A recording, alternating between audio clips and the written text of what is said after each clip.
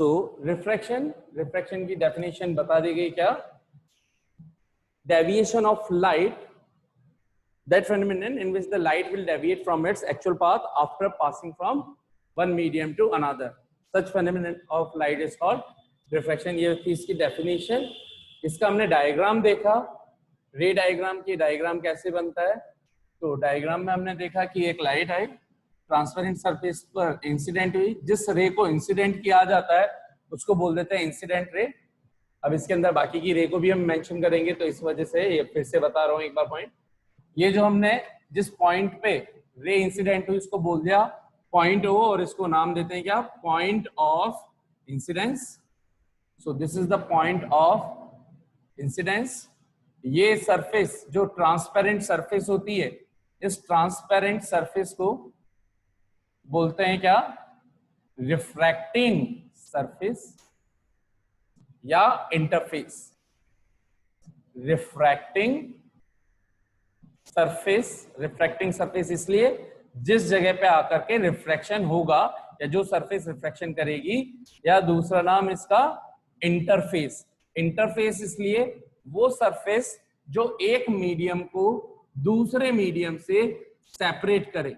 जैसे मैंने बोला कि ये नीचे आप क्या मान सकते हो? ग्लास मान सकते हो, वाटर मान सकते हो. तो ऊपर हो गई एयर और नीचे मान लीजिए आपने वाटर फिल कर रखा है, तो ये सबसे ऊपर वाली वाटर की लेयर हो गई. तो जहां से एयर और वाटर ज्वाइन हो रहे हैं जिस लाइन पर, उस लाइन को हमने क्या बोल दिया? इंटरफेस. वही रिफ्रैक्टिंग सरफेस कहलाएगी, वही ट्रांसपेरेंट सरफेस है लाइट के लिए. तो जब लाइट किसी पॉइंट पर इंसिडेंस होगी, तो अगर मीडियम नहीं होता कोई डिफरेंट, तब तो ये सीधी जानी चाहिए थी, लेकिन इट विल बेंड. अभी इसके अकॉर्डिंग किधर की तरफ बेंडिंग होनी चाहिए? Towards the normal. नॉर्मल कौन? अब ये ऊपर भी नॉर्मल है और नीचे भी ये नॉर्मल लाइन है. तो जब जिस टाइम पे जिस मीडियम में लाइट जा रही होती है उस पोर्शन के अकॉर्डिंग देखना है. तो नीचे की तरफ किस में आ रही है? वाटर में आ रही है. तो वाटर के अंदर जो नॉर्मल लाइन है उसके रेस्पेक्ट में हमने बेंडिंग बोलनी. तो ये एक्चुअल रे थी, वाटर में नॉर्मल यहाँ है, तो ये अप टुवर्ड्स द नॉर्मल. क्यों? क्योंकि एयर को हमने क्या बोल रखा था? Rarer, optically rarer medium, optically denser medium. The angle between the incident ray and normal is called angle I. और एंगल आई का मतलब फिर से वही angle of incidence. Angle of incidence किस किस के बीच का? Between incident ray and normal. ठीक इसी तरह से यहां पे भी एंगल आर ही होता है रिफ्रैक्शन के अंदर. तो लेकिन इस एंगल को हम एंगल ऑफ रिफ्रैक्शन बोलते हैं. क्या बोलते हैं? Angle of refraction. उसमें था रिफ्लेक्शन, ये है refraction. So angle of refraction. और ये भी ये किस किस के बीच में है? बिटवीन रिफ्रैक्टेड रे. अच्छा, ये जो रे अपने एक्चुअल पाथ से डेविएट हो गई, इसको क्या बोलेंगे? रिफ्रैक्टेड रे.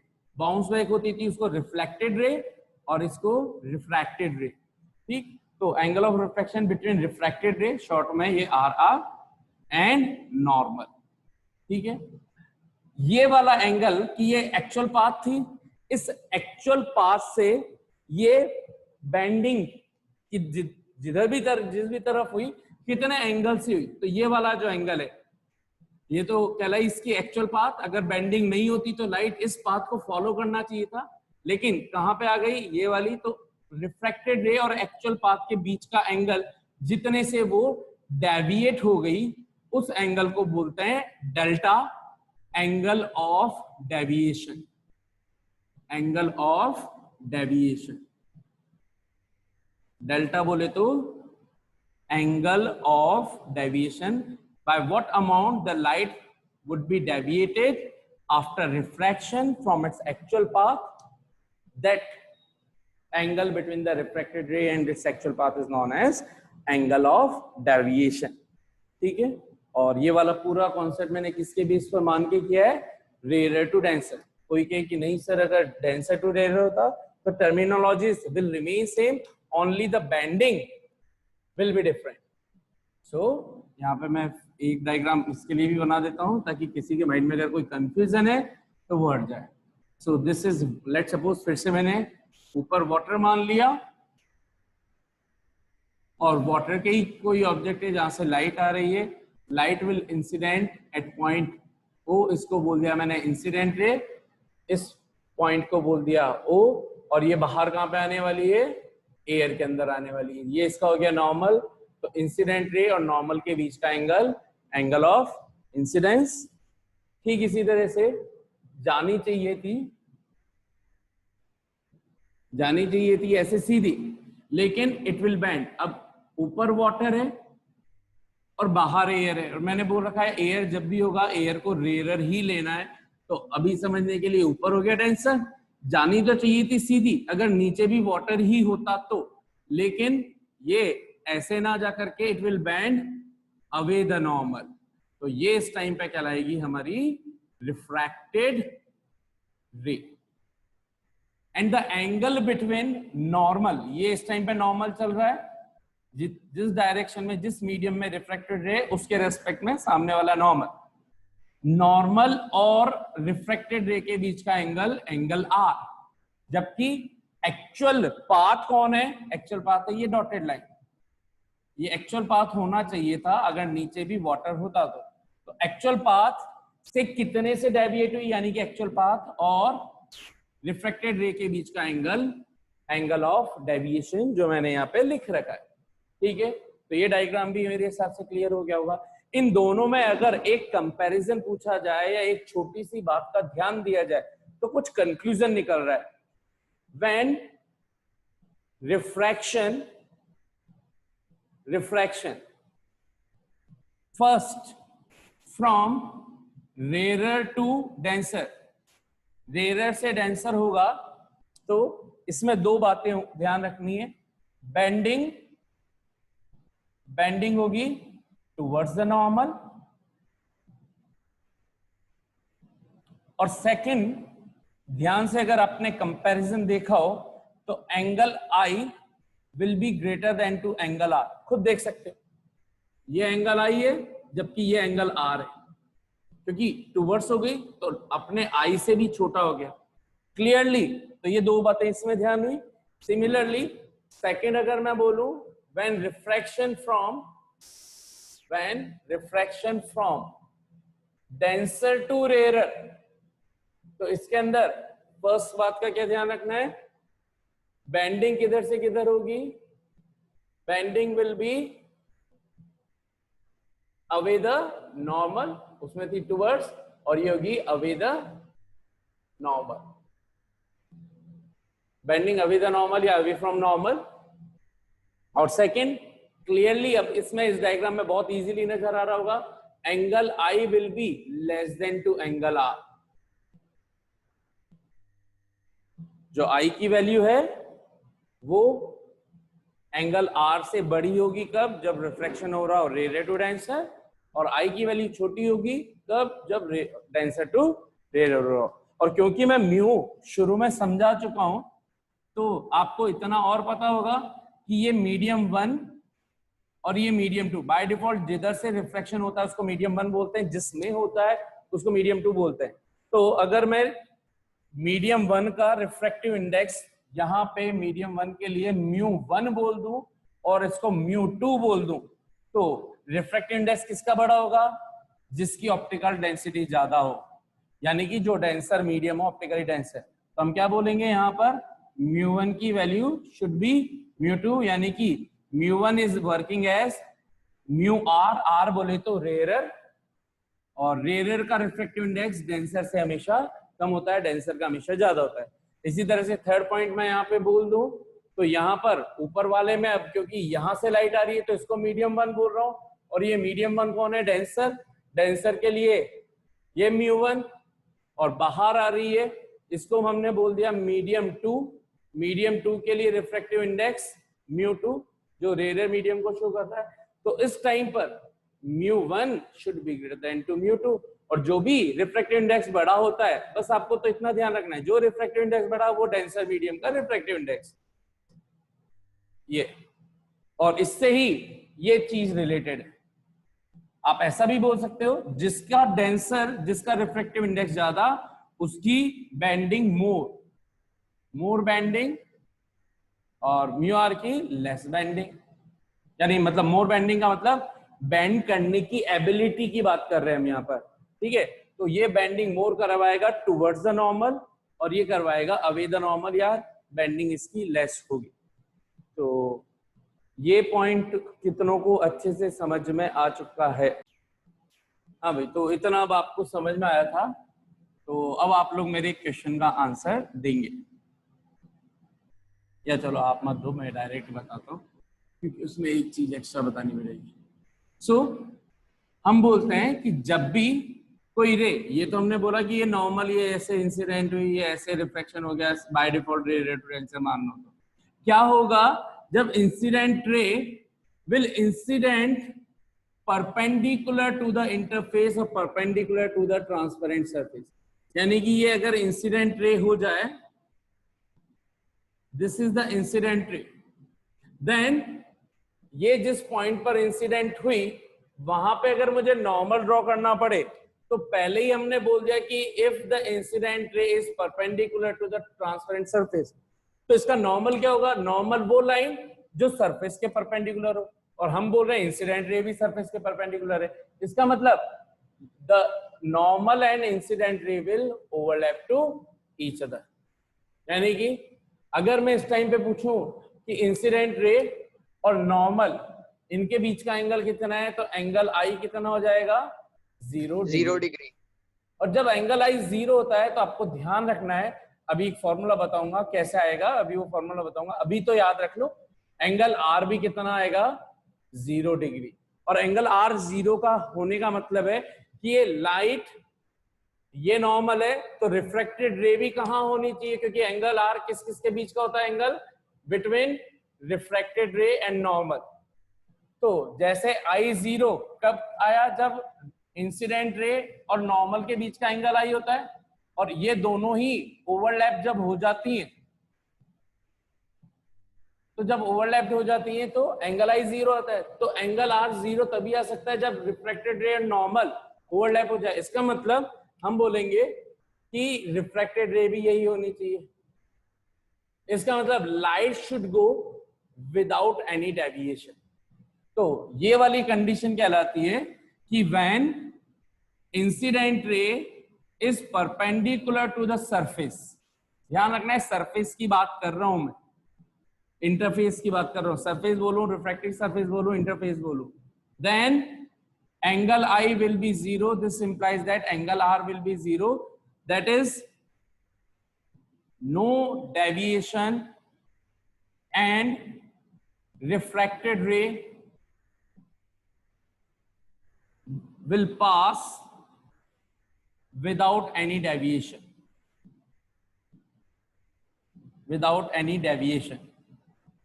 तो हम बोलेंगे कि एक तरह से that is in actual बोले तो no refraction occurs, no refraction. लेकिन ये किसके थ्रू है? कि ये जो दिख नहीं रहा, यानी कि एक हो तो रिफ्रैक्शन ही रहा है, बस रिफ्रैक्शन की कंडीशन यहां पर नहीं लग रही है क्योंकि एंगल आर 0 रहा है। या आप ये बोल दो कि रिफ्रैक्शन की एक ऐसी स्पेशल कंडीशन जिसमें रिफ्रैक्शन होते हुए ही नजर ना आए, डेविएशन होते ही नजर ना आए, वो कंडीशन है ये। इस चीज को ध्यान रखना है। अभी कैसे आती है वो बताऊंगा। तो ये कितनों को चीज ये क्लियर हो गई? अभी जो मैंने डायरेक्ट समझाया, अभी आगे बताता हूं कैसे आती है। So next we are going to discuss the main cause of refraction. What is the main cause of refraction? तो मेन कॉज क्या होता है? हमने बोला कि जो लाइट की स्पीड है that is fixed but only and only for vacuum. Vacuum में ही इसकी वैल्यू फिक्स है हमेशा। कितनी? 3 × 10⁸ मीटर पर सेकेंड। यानी कि इन वैक्यूम और एयर में भी हम ये मान लेते हैं, द स्पीड ऑफ लाइट, इसको रिप्रेजेंट करते हैं किस सिंबल से? स्मॉल c से। It is almost equal to 3 × 10⁸ metre per second. ये हमेशा फिक्स रहती है। And that is the largest value, greatest value of anything in this universe, greatest speed, यानी कि किसी भी ऑब्जेक्ट, कोई भी object not on of earth, whole universe can not travel, अभी तक जो नोन है अभी तक, can not travel greater than with this speed. इस स्पीड, लाइट की स्पीड से दुनिया में कोई भी चीज इससे तेज नहीं चल सकती, इसलिए इसको क्या बोलते हैं, ग्रेटेस्ट स्पीड। और ऐसी स्पीड को हम बोलते हैं absolute speed, absolute speed of light. तो जो लाइट की स्पीड है उसको नाम दिया गया एब्सोल्यूट स्पीड, और इसी से कंपेयर किया जाता है किसी भी चीज को। और आइंस्टीन की जो फेमस थ्योरी है relativity, theory of relativity, time travel, वो सब कुछ इस जगह से निकल करके आती है, इससे और एनर्जी के कॉम्बिनेशन से। तो इसका अपने आप में एक बहुत बड़ा रोल है, वो अभी मैं उसमें डिटेल में नहीं जाऊंगा कि what is the theory of relativity, time travel कैसे होता है, या किस तरह से एक इंसान किस तरह से टाइम ट्रैवल कर ले कि वो जवान रह जाए लेकिन उसके साथ वाले 100 साल बूढ़े हो गए, मर गए, 70 साल के हो गए, और वो अभी भी 1 साल ही उसकी एज बढ़ी। तो ये सारा कुछ जो अभी रिलेटिविटी थ्योरी दी गई है वो इसी के बेस पर है, कभी और फुर्सत में उसको समझेंगे। ठीक, तो इसका बहुत इंपॉर्टेंस रोल है। मतलब कहने को बहुत इजी है कि हाँ भाई याद करने वाली, रटने वाली तो सिंपल चीज है ही सही। Speed of light in vacuum is 3 × 10⁸ metre per second. ठीक है, अच्छा, ये सिर्फ फिक्स किस में है, ऑलवेज फिक्स,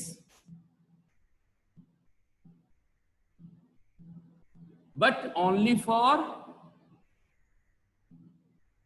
वैक्यूम या एयर के लिए हम बात कर रहे हैं।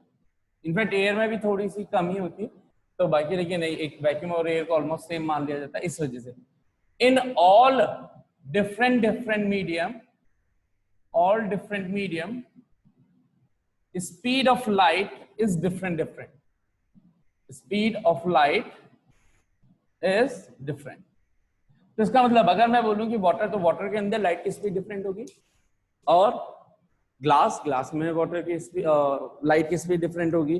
कोई सा भी डिफरेंट मीडियम ले लो, हर एक के अंदर यानी कि वेरी करेगा किसके ऊपर, अकॉर्डिंग टू द मीडियम। आप किस टाइप का मटेरियल ले रहे हो जिसके थ्रू लाइट पास करवा रहे हो, ग्लास से पास करवा रहे हो, वाटर से पास करा रहे हो, हनी से पास करा रहे हो, मिल्क से पास करा रहे हो, तो उन सब के ऊपर जिसकी जितनी ज्यादा डेंसिटी होगी, थोड़ा खुद कॉमन सेंस लगाओ कर, एक पत्थर लिया मैं, एक तो उसको मैं सीधा हवा में फेंकूं, और हम तालाब के किनारे, नदी के किनारे, सागर किनारे, पत्थर हमारे हाथ में पुकारे और हमने एक जोर से पत्थर ऐसे मारा पानी के अंदर, ये जो स्टोन यहां से गया है पानी में जाकर के खुद सोचो कि बिल्कुल ऐसा सीधा जाएगा कि ऐसे गिरकर नीचे जैसे जाने के बाद इधर की तरफ झुकता हुआ चला जाएगा और सीधा हो जाएगा। तो इतना बात कॉमन सेंस सबको होता होगा कि ये इधर की तरफ बैंड हो जाएगा। उसका रीजन ये है कि यहाँ मास डेंसिटी ज्यादा होने के कारण और यहाँ पे मास डेंसिटी कम होने के कारण, जिसके अंदर डेंसिटी कम, जहां पे मॉलिक्यूलर डिस्टेंसेस ज्यादा, वहां से इजीली पास हो रहा था, इसको रोकने वाला कोई नहीं था, वहां से इजीली पास हो रहा था, तो सीधा जा सकता था। लेकिन जैसे पानी में आया इस मीडियम से, इसके अंदर मास डेंसिटी ज्यादा हो गई। मास डेंसिटी का मतलब मॉलिक्यूल्स पास आ गए जो इसके सीधे जाने को रोक रहे थे, और धीरे धीरे कुछ ग्रेविटी का भी इफेक्ट लग रहा है नो डाउट, इस वजह से ये इधर आ गया। सेम तरीका will happen here with light.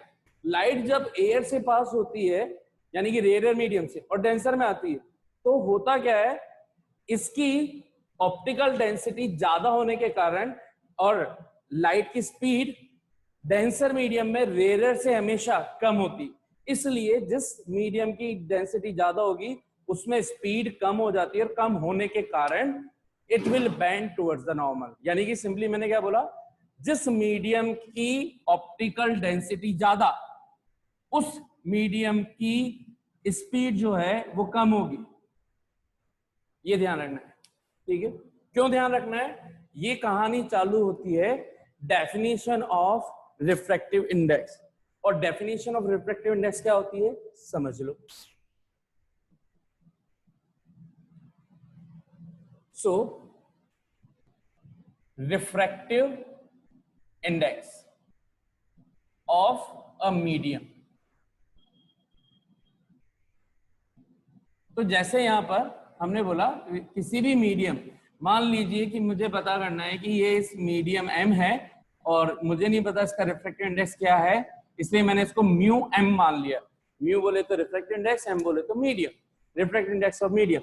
So definition बोली गई क्योंकि मैंने आपको शुरू में ही क्लियर कर दिया था कि रिफ्रैक्टिव मीडियम हमेशा जो भी मेजर किया जा रहा है ग्लास का 1.5 पे किसके रेस्पेक्ट में किया गया था, एयर के रेस्पेक्ट में, कि एयर 1 है तो उसके रेस्पेक्ट में ग्लास की वैल्यू 1.5 टाइम्स है।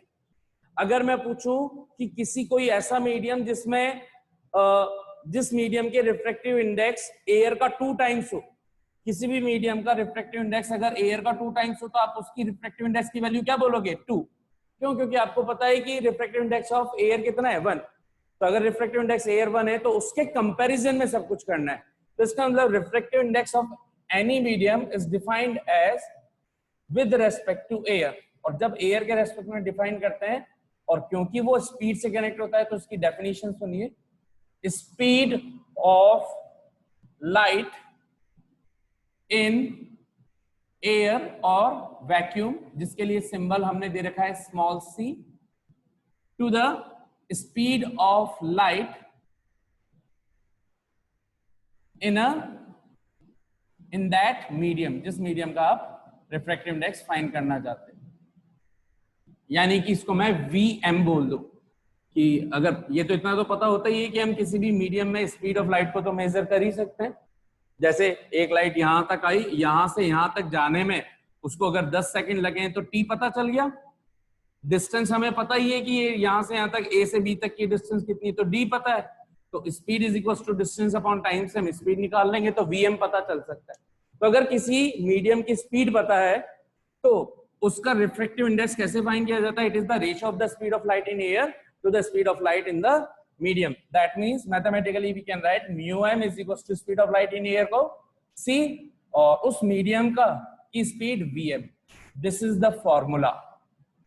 और इस फॉर्मूले की वजह से ही हमारे पास जो म्यू एयर या म्यू वैक्यूम की वैल्यू आती है वो 1 आती है। देखो क्यों, अगर मैंने मीडियम को ही एयर ले लिया या मीडियम को वैक्यूम ले लिया तो vm क्या हो जाएगा, V एयर या V वैक्यूम, और V vacuum is nothing but the C।